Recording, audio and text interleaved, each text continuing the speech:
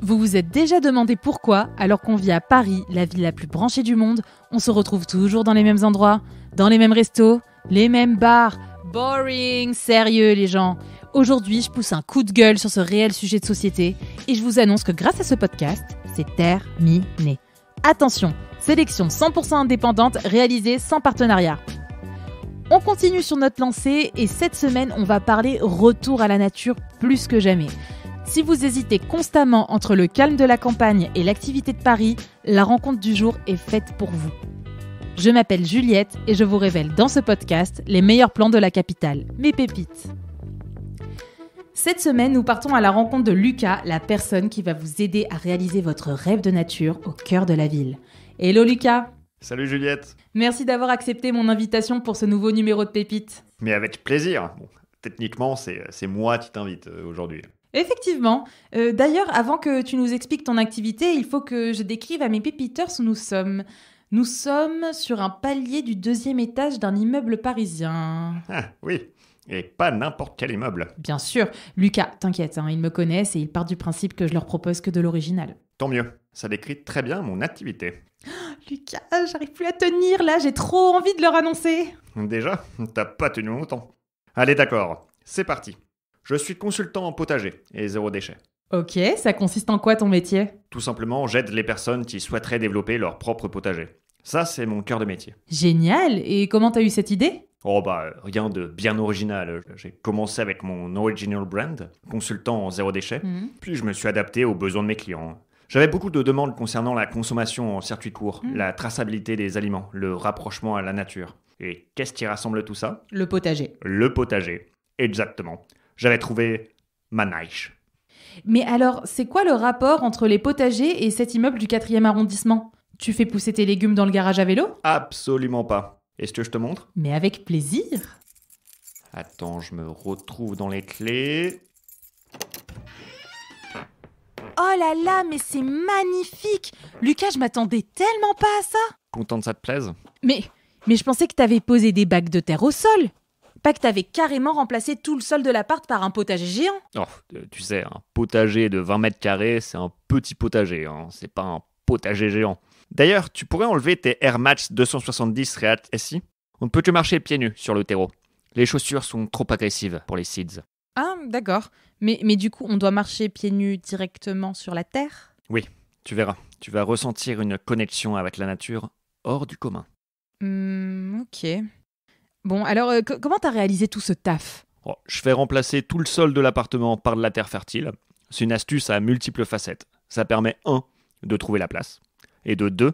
De sentir, penser et vivre potager à 100%. De faire corps avec la terre. Finalement, le parquet ou le carrelage n'est que secondaire. Ce n'est pas nécessaire à la vie. C'est fugace. On s'installe sur le canapé ? Oui, allons... Non, mais attends. La table basse, c'est un brocoli géant ?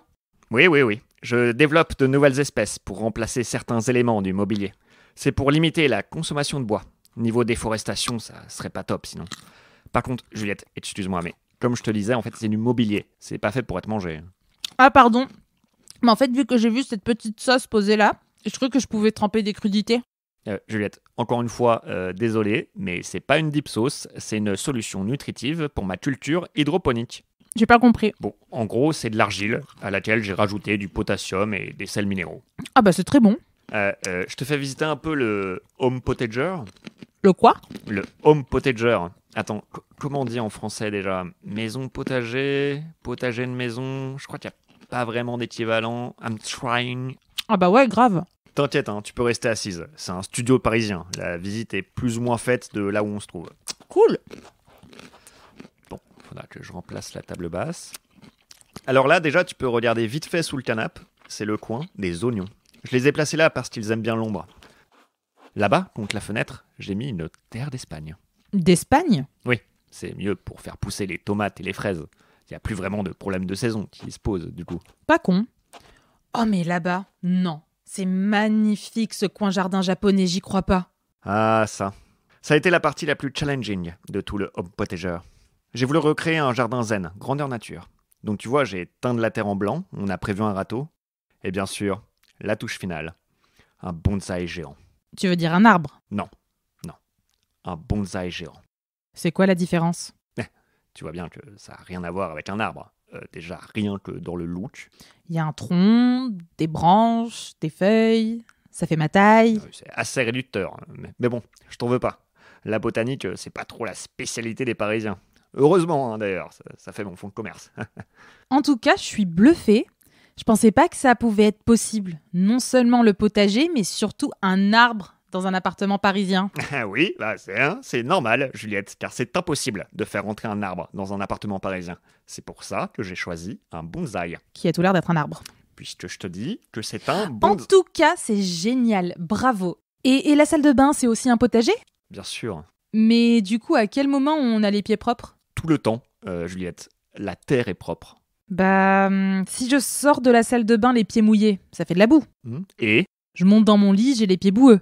en quoi c'est un problème de dormir avec un peu de terre? Je mets des chaussettes, puis des chaussures pour sortir, et je reste boueuse. Tu emportes un peu de nature avec toi, quel que soit l'endroit où tu te trouves dans Paris. C'est génial, non? C'est marrant parce que quand j'étais petite et que je rapportais la moitié de la plage sous mes pieds à l'appart, ça réjouissait pas mes parents. Hein.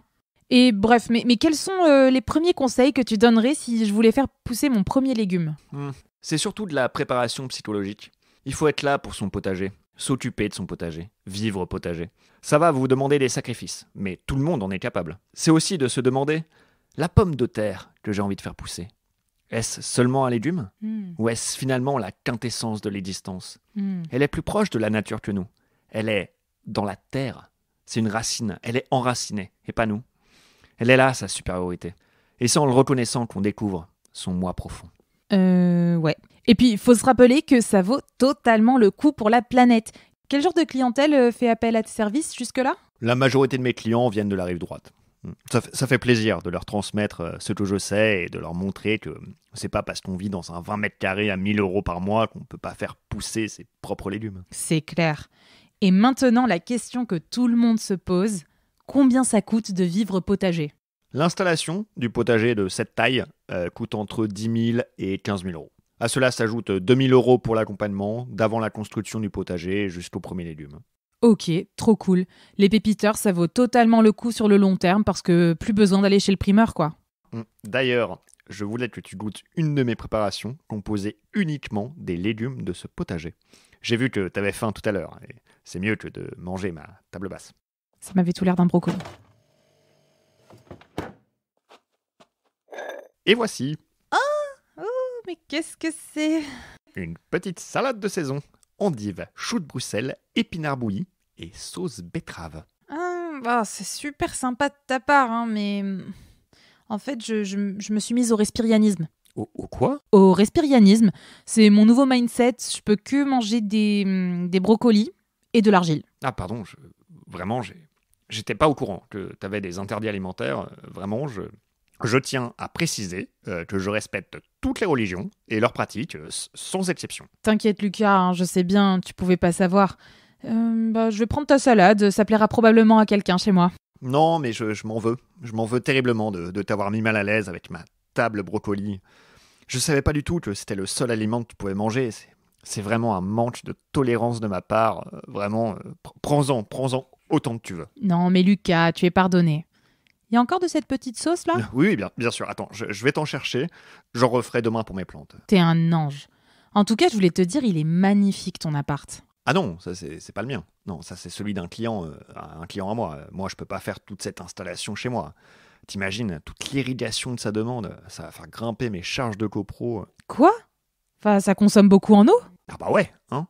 Surtout que là, mon nouveau projet, c'est de remplacer les murs des appartes par des aquariums géants pour pouvoir élever des saumons. Mais c'est pas possible de faire pareil version économie d'énergie? Bah enfin, je veux dire, faut choisir ses combats. Bah merci Lucas d'avoir répondu à mes questions en toute transparence, c'était sympa de ta part. Regarde, j'ai refait de la sauce que t'aimes bien. Oh la frappe! Elle est tellement pépite cette sauce. Je vous jure, trop cool. Merci Lucas. Non mais ça va pas la tête, mais de quoi vous parlez? Non mais je vous jure que c'est une super idée. Tout le parquet de l'appart, on le remplace par un immense potager. Mais non, mais On peut avoir un bonsaï géant. Mais un quoi? Mais non, c'est pas un arbre. C'est vraiment un bonsaï géant. Bon, vous verrez la différence quand on en aura un. Il en est hors de question. Ok. Si vous le faites pas pour moi, faites-le au moins pour les futurs locataires. Mais voyons, mais ça C'est sûr qu'ils vont kiffer. n'a aucun sens. Bah, je le sais parce qu'on est à Batignolles. Mademoiselle, Mais non, c'est pas si cher pour ce que c'est en fin de compte si vous y réfléchissez bien. puisque je vous dis que c'est non, c'est non. Bon bah vous voyez mes pépiteurs, le plus difficile c'est pas d'installer le potager mais de convaincre les proprios. Ah, l'immobilier à Paris hein. Après cette discussion avec Lucas, est-ce que vous vous sentez de passer le pas ? En vrai, si vous ne le faites pas pour les légumes, faites-le au moins pour sa recette de dips argile. C'est une tuerie. Sa salade, par contre, a même pas convaincu José. Hein. Dites-moi ce que vous en pensez en commentaire sur les réseaux sociaux ou les plateformes d'écoute. Bisous les pépiteurs et à la semaine prochaine.